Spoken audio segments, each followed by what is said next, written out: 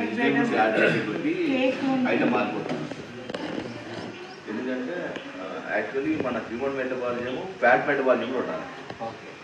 కానీ మనం చేసే ఆల్ ఆస్పెక్ట్స్లో గ్లూకోజ్ మెటబాలిజంలో కన్వర్ట్ అయిపోయింది. I mean carbohydrates. మన భారతీయ సంస్కృతిలో కార్బోహైడ్రేట్స్ లేవు, ఎక్కడ లేవు, మొదటి నుంచి లేవు. మధ్యలో మనం రూల్ చేయడానికి ఎవరైతే వచ్చారో కొన్ని కారణాల చేత ఆ కార్బోహైడ్రేట్స్ మన ముందుకు వచ్చేసింది, మనకు మెయిన్ ఫుడ్ అయిపోయింది. బర్గర్ కావచ్చు, పిజ్జా కావచ్చు, రైస్ కావచ్చు, బిర్యానీ కావచ్చు, ఇంకోటి ఏదైనా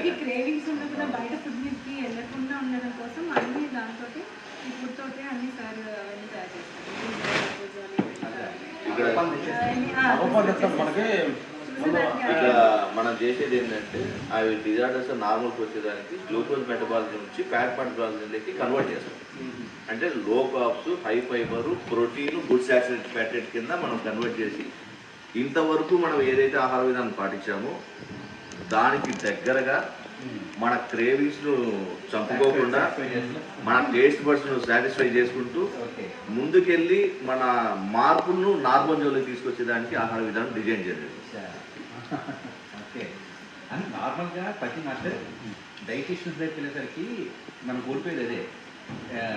ఒక నెల రోజులు 2 నెలలు చేసిన తర్వాత ప్రతి ఒక్కరికి అనిపించిందంటే చీ అమ్మాయి ఇప్పుడు బతుకు తినే చచ్చిపోదాం అని డిసైడ్ అయిపోయి అదే మళ్ళీ రొటీన్లోకి వచ్చేస్తారు. ఇప్పుడు ఎంత అద్భుతంగా ఇస్తే పొంగల్ మారిగా ఉంటుంది. అదే కానీ మనం రెగ్యులర్ రైస్ కానీ పెసులు కానీ ఏం ఇంగ్రీడియంట్ మిల్లెట్స్ కానీ ఏం వాడదు.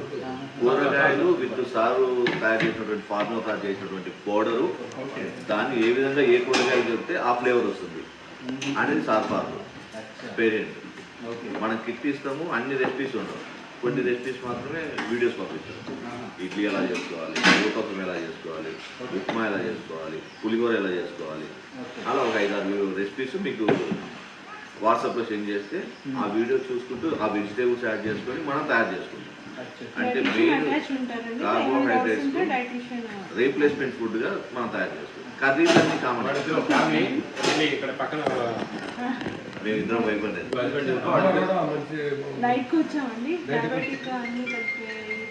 వాళ్ళ సేవకి ఇక్కడే టోటల్ కంప్లీట్గా డివైడ్ అయ్యింది. ఎవరికి కుదుటూరు సార్, కడప. బద్వేలు నేటివ్. కడప నేను కుదుటూరులో జాబ్ చేశాను మెడికల్ డిపార్ట్మెంట్లో 70 years. తర్వాత 24 years రావడం జరిగింది.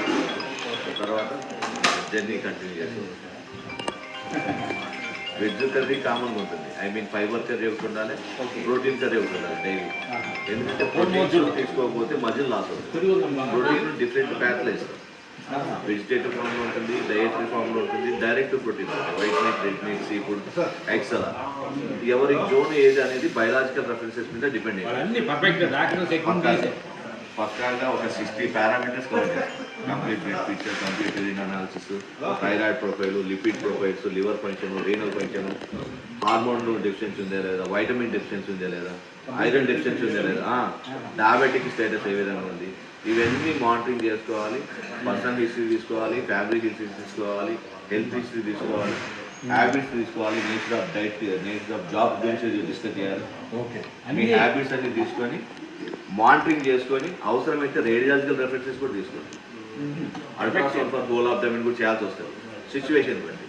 అవన్నీ కొరలేట్ చేసుకొని మీరు ఏ జోన్లో ఉన్నారు, నాన్ డయాబెటిక్ జోన్లో ఉన్నారా, ప్రీ డయాబెటిక్ జోన్లో ఉన్నారా, డయాబెటిక్ జోన్లో ఉన్నారా, లిపిడ్ ప్రొఫైల్స్ ఏ విధంగా ఉన్నాయి, రీనల్స్ ఏ విధంగా ఉన్నాయి, గాల్ స్టోన్స్ ఉన్నాయి లేదా, బ్లాడర్ రీనల్ స్టోన్స్ ఉన్నాయి, ఇవన్నీ మానిటరింగ్ అవుతుంది. యూరిక్ యాసిడ్ లెవెల్ ఎలా ఉంది, అవన్నీ తీసుకొని మీరు వెజ్ డైట్లో ఉండాలి, నాన్ వెజ్ డైట్లో ఉండాలి.